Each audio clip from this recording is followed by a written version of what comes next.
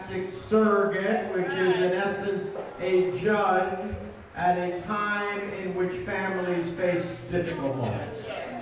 And I can't think of someone who has better knowledge, better instincts, and more compassion than Altrick. He's going to be a fantastic surrogate, and I'm proud to be running with it. Altrick. Thank you all for letting me share a little time with you here in the West Ward. We are in one of the most consequential elections of our time.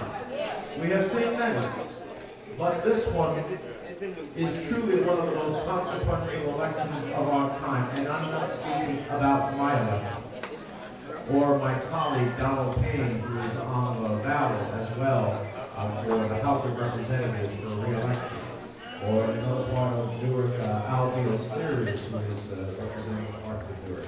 I'm talking about you. I'm talking about us. I'm talking about our communities. I'm talking about our country. That's what this election is about.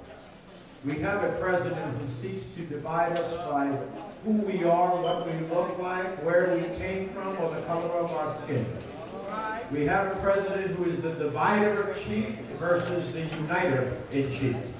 Very big difference in the 8 years I was privileged to serve under President Obama, who tried to bring the country together in common cause. This man seeks to divide us each and every day. It is not the nations that I have known and fought for and loved. He is someone who appoints nominees to the federal courts, and most recently to the Supreme Court of the United States, the ultimate word of what is the law of the land, that rolls back the clock to a time and place that none of us want to go to, on civil rights, on voting rights, on women's health care, on immigrant rights. That's why I voted against Judge Kavanaugh when he was nominated for the D.C. Court, and that's why I voted against him again when he was nominated for the Supreme Court. And I looked at his decisions when he was on the D.C. Court of Appeals, and I said, boy, was I right. Because on constant efforts to undermine and erode the Voting Rights Act, he stood on the side of barriers versus opportunities. On the questions of civil rights, I never saw him judge once in favor of someone who claimed that their civil rights were violated. And so I knew when Trump picked him from that list of the right-wing organization, the Heritage Foundation, he picked him because everything that Trump's about, he's about. Now, we lost that fight, but that's why these elections are ever so important, because there's no checks and balance on this Trump administration. They have a Republican House of Representatives, they have a Republican Senate. He gets to do everything he wants because they're afraid of him. They're afraid that when he goes into their state, which turns Republican voters against, they're afraid of him. Instead of being patriots, they're being fought. We are in a fight about health care. You know, I'm proud that as a member of the Senate Finance Committee, I helped write the Affordable Care Act, which some people derisively call Obamacare. I embrace the term Obamacare because Obama did care. That's why millions more have health insurance and they're health insurance. Here in New Jersey, that law gave 1 million New Jerseyans who didn't have health insurance, gave them health insurance. It took care of 3.8 million New Jerseyans who had a pre-existing condition. What that means? That means I got some illness in my life at some time. I had a heart attack. I had Parkinson's. I had diabetes. Or a child born at birth who had a birth defect. Before Obamacare, insurance companies could discriminate against all those people, offer them no insurance or make it so high that it's impossible to afford. After Obamacare, we eliminated discrimination for everybody in the nation who had a pre-existing condition. No more discrimination. 3.8 million New Jerseyans who are now protected. We eliminated discrimination against women who were charged twice as much as their male counterpart in the same age, in the same geography, simply because they were a woman. We allowed their grandchildren to the age of 26 to stay on their parents' insurance so that they could figure a pathway forward as they were trying to figure out their professional lives. And so much more. I'm proud to have been one of the authors. As we speak, the Republicans have tried over 20 times to repeal Obamacare.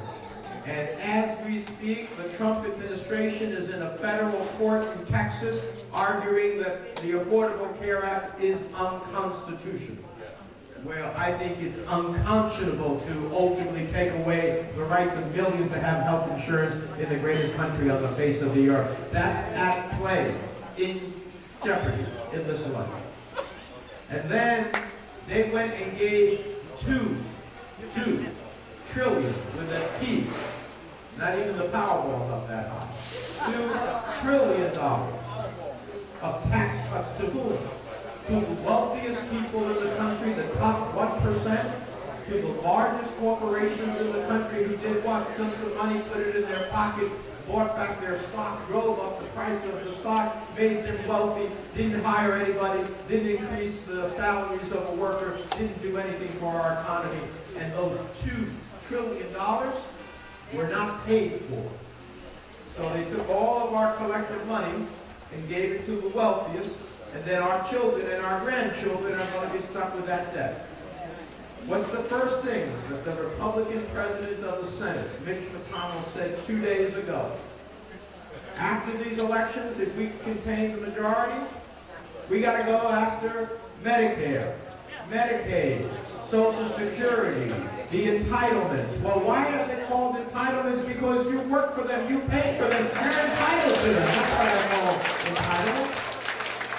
And why did you have to give the wealthiest and the largest corporations $2 trillion of our money and then go after those who depend upon these programs for the quality of their life? And I know what it means.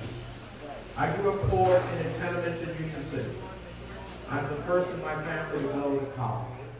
The woman who made my life what it is was my mother. She worked in the factories in Hudson County as a seaman. She was so good at what she did that the owner of the factory said, get off the machine to help other of the women improve their ability. So she was like the floor manager. But there were two guys who were the real floor managers, and she never got paid like the floor manager. It's talking a lot about equal pay for equal work. And then she'd come home after a long, long day in the factories. And then she'd come home and she'd cook and she'd clean. And then she would say to me, Bobby, sit here and read your homework. And I would say to her, Mama, you don't understand English. I'm going to make something I don't understand. And she said to me, that's what you think. Sit here and read your homework today. And it taught me a lot about the importance of education, that my mother, after an incredibly long day, wanted me to read my homework. On weekends, she would invite people from the building to eat with us. And I would say to her, Mama, you know, there's not enough to go around. Why are you inviting others to join us for dinner? And she said to me, son, we do not have a lot, but we have more than some of them. And for so long as we do, we're going to invite them to eat with us. And talking a lot about helping your fellow man in a sense of community. And finally, in the twilight of her life, when she ultimately faced a long, hard struggle with Alzheimer's that took her memory and then took her body, I learned that she would not have lived with the dignity that she deserved in the twilight of her life, but for what my sister and I were able to afford for her, but above all, Medicare, Medicaid, which was her health care security. This woman who had struggled, who had fled persecution, come to a country, raised a family, sacrificed in the factory, struggled with Alzheimer's, would not have lived with the dignity that she deserved in the twilight of her life. I don't need to be taught. I know. I know how I grew up and where I come from and who I am. This is an participation in this election. Let me just close with this. My opponent is a greedy drug company CEO who took, and I was called not to say bad things about anybody, but I can't resist. I would be nice as possible because what I'll say is the truth. He ultimately was a banker from J.P. Morgan who came to a pharmaceutical company in New Jersey. The company wasn't doing well, but it had one drug that had promise. It was a drug for multiple myeloma, multiple cancer. For those who need to take the drug, it's a life and death drug. It's not a treatment drug that you take for a little time and get better. No, it will keep you alive. He took the drug, and in order to make profits, he drove the price of the drug by 200%. Last year, before he left the company, he raised it another, not once, not twice, but 3 times. And another $80 million in profit, and then he bailed out with over $100 million golden carry. At the same time that he was lowering the cost, raising the cost of the drugs here in the United States, same drug in Russia, he was lowering it by 50%. He was sued by the federal government and 22 states, including New Jersey, for Medicare fraud, for Medicaid fraud, for VA health system fraud, for not telling patients about potentially fatal side effects of the drug. And he settled the suit for $280 million, over $250 million. Now, you don't give $280 million unless you're doing something really wrong. This is a man who says he believes in the rights of women, but ultimately, when he was at Princeton University, fought tooth and nail not to let women join the Princeton Eating Club, which was about not socialization. It was about networking. It was about having relationships with people who are going to graduate and do extraordinary things, and you want to have a relationship professionally with them for the future.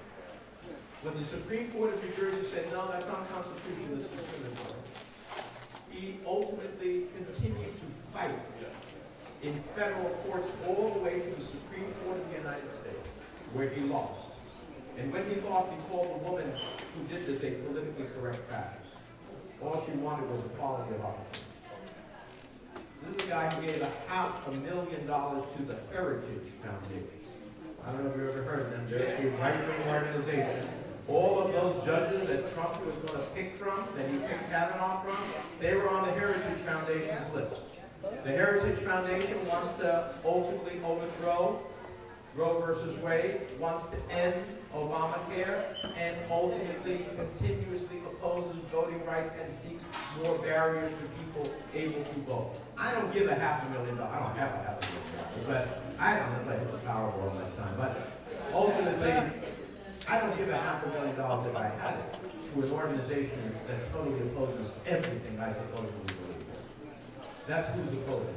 He was Trump's finance chair. He gave him hundreds of thousands of dollars. He was a delegate at the Trump convention. The last thing we need to do is send another vote for Donald Trump to the United States Senate. I have stood up to Trump every single point of the way, and I'm going to continue to do it. So let me just say that I'm proud of my 100% NAACP voting record, not just now, but for a long time. I'm proud of my 100% Leadership Conference on Civil Rights voting record. I'm proud that my colleagues in Congress from the Congressional Black Caucus endorsed me in this election because we believe in an equality of opportunity in an economy that works for all, in a system of justice that doesn't send people of color away and keeps everybody else off of jail. We have a different vision. The stakes have never been higher. The consequences have never been greater. We can take our country back. 17 days to take our country back. 17 days to stop Trump. 17 days to victory. And with your help, we will do it. Thank you so much, Ashley.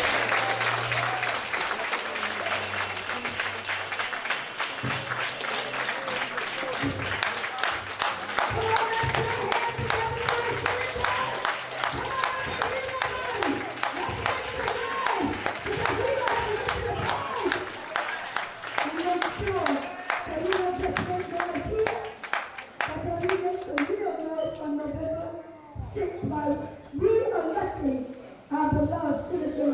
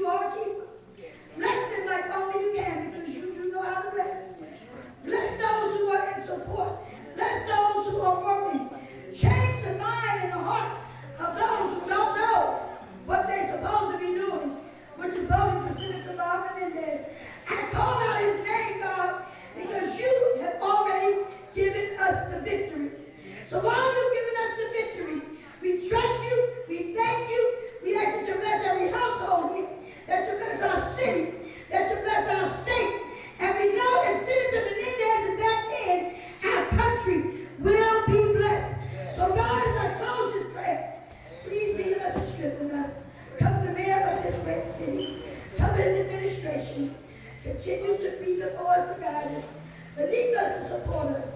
We will give you the glory, the honor, and the praise. These we ask in all of the blessings. In the name of Jesus, in the name of Allah, in the name of Yahweh, we have all prayed. And everyone in agreement with me said amen.